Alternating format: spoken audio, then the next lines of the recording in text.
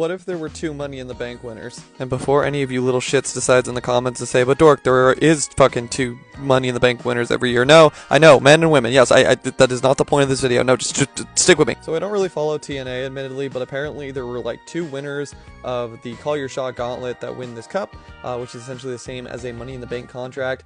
And so now we're in a position where these two have to share the cup, and actually led to some really funny hijinks last night where Nick Nemeth tried to cash in against Mike Santana, who just won, used the gauntlet on him, but then out of nowhere was stopped and thwarted by Elijah, and then the other winner, Frank Kazarian, who tried to cash in, couldn't because he didn't have the physical position of the cup. That led me to think, what if that just happened more often? Like, what if in Money in the Bank, while two people are reaching for the briefcase at the same time, both hands are on it, and they pull at the same exact time, do they both get it? Are they both Mr. or Mrs. Money in the Bank?